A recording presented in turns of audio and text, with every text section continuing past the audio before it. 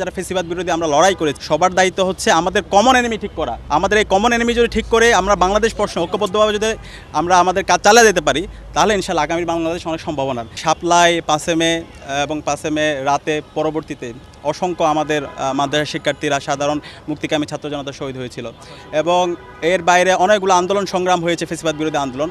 সে আন্দোলনে আমাদের শত শত আমাদের ভাই ভাই শহীদ হয়েছে, অনেকে আহত হয়েছে, পঙ্গু হয়েছে। তো আমরা এই স্বাধীন বাংলাদেশে প্রত্যেকটা হত্যাকাণ্ডের বিচার চাই এবং এর সাথে যারা জড়িত ছিল, এই যে হত্যাকাণ্ডগুলোকে যারা বৈধতা দিয়েছিল, আইনাগর থেকে শুরু করে ক্যাম্পাসে শিক্ষার্থী নির্যাতন, নিষ্পেষণ, শিবির সন্দেহে ক্যাম্পাসে নিপীড়ন, যতগুলো ঘটনা হয়েছে এই প্রত্যেকটা হত্যাকাণ্ডের বিচার এবং প্রত্যেকটা নির্যাতন নিষ্পেষণের বিচার আমরা এই স্বাধীন বাংলাদেশে দাবি করছি। এবং আমরা এই জায়গায় আমাদের সকল রাজনৈতিক দলের এটা দায়িত্ব, এটা শুধুমাত্র শিবির অথবা জামাতের দায়িত্ব না, এটা সবার দায়িত্ব। আমরা যারা ফেসিবাদ বিরোধী আমরা লড়াই করেছি, সবার দায়িত্ব হচ্ছে আমাদের কমন এনিমি ঠিক করা। আমাদের এই কমন এনিমি যদি ঠিক করে আমরা বাংলাদেশ প্রশ্নে ঐক্যবদ্ধভাবে যদি আমরা আমাদের কাজ চালিয়ে যেতে পারি, তাহলে ইনশাআল্লাহ আগামী বাংলাদেশ অনেক সম্ভাবনা। এবং আমাদের এই কমন এনিমি হচ্ছে কারা? আমাদের কমন এনিমি হচ্ছে যারা শাহবাগের যারা ফেসিস্টরা আছে, যারা মব সন্ত্রাসীরা আছে তারা। আমাদের কমন এনিমি হচ্ছে কারা? যারা বাংলাদেশে দিল্লির দাসত্ব কায়েম করতে চায়।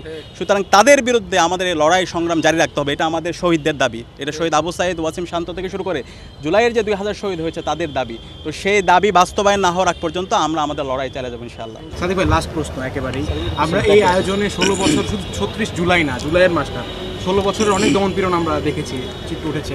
সেখানে অন্যতম এই মানে সামাজিক যোগাযোগ মাধ্যম থেকে শুরু করে সব জায়গায় যে বিতর্কটা উঠেছে, জামাতের যে শীর্ষ যে নেতা রয়েছেন, যারা রয়েছেন, যাদেরকে যুদ্ধাপরাধের দায়ে ট্যাগ দিয়ে ফাঁসিতে ঝুলানো হয়, তাদেরকে নিয়ে আবার সামাজিক যোগাযোগ মাধ্যম, ছাত্র দলের বিবৃতি, এই সব মিলিয়ে আপনারা কি এটাতে কোনো ধাক্কা খেয়েছেন কিনা? আবার আপনার একটা প্রতিবাদ আমরা দেখলাম এখানে ছোট করে। আচ্ছা দেখেন, এটা খুবই আমাদের খারাপ লাগবে, কষ্ট লাগে এবং শহীদ পরিবার এবং পুরো জাতি অনেক বেশি কষ্ট পেয়েছে।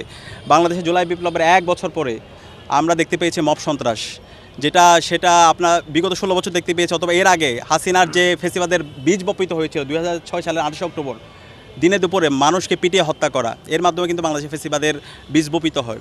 এরপরে হচ্ছে 13 সালে শাহবাগ এবং শাহবাগ পরবর্তী এই যে মব জাস্টিস, এবং এর মাধ্যমে বাংলাদেশকে আমাদের প্রায় 10 বছর আমাদেরকে এটার জন্য স্ট্রাগল করতে হয়েছে। এই জুলাই বিপ্লব পরবর্তী আবার আমরা দেখতে পেয়েছি এই মব সন্ত্রাসীরা আবার সে আগের কায়দায় তারা এখানে সন্ত্রাসী কার্যক্রম করার জন্য তারা ঢাকা বিশ্ববিদ্যালয়ে আজকে আমাদের একটা শান্তিপূর্ণ যে হচ্ছে প্রদর্শনী, সেটাকে নষ্ট করার জন্য তারা বিভিন্নভাবে ষড়যন্ত্র এবং চক্রান্ত করেছিল। কিন্তু আমাদের জায়গা থেকে, ইসলামী ছাত্র শিবিরের জায়গা থেকে এবং এখানকার ঢাকা বিশ্ববিদ্যালয়ে শান্তিপ্রিয় শিক্ষার্থীরা তারা দায়িত্বশীল আচরণ করেছে। আমরা তাদেরকে বলেছি, তোমরা যদি আমাদের বিরুদ্ধে কথা বলো, এটা যৌক্তিকতা দিয়ে কথা বলো, তুমি যদি পেশি শক্তি এখানে প্রয়োগ করতে চাও, তুমি যদি এখানে মব সন্ত্রাস কায়েম করতে চাও, তাহলে তোমার এটাই স্বাধীন বাংলাদেশের সাথে, এটা জুলাইয়ের বিপ্লবের সাথে যায় না।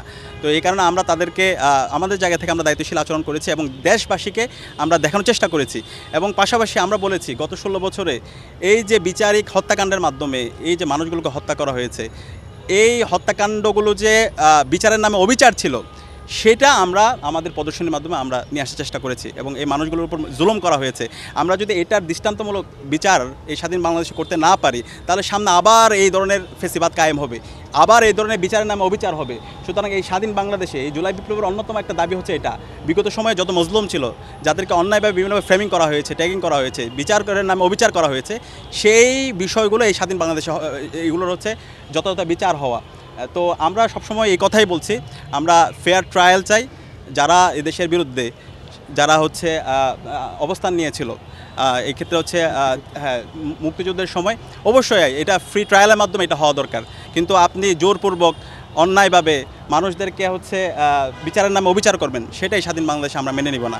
এবং এক্ষেত্রে আমরা দেখতে পাচ্ছি টিক্কাপুত্তর একটা দালাল আছে, তাদের যে অপকর্মগুলো আছে, তাই এই অপকর্মগুলো ঢাকার জন্য তারা অন্যায়ভাবে কথায় কথায় হচ্ছে কোনো যৌক্তিক যখন কথা কেউ বলে তাদের উপর এই ধরনের হচ্ছে ফ্রেমিং করে, ট্যাগিং করে তাদেরকে তারা ডিহিউম্যানাইজ করার জন্য একটা চক্র বারবার চেষ্টা করছে। কিন্তু জুলাই বিপ্লব পরবর্তী তাদের এই ধরনের চক্রান্ত সফল হবে না ইনশাআল্লাহ।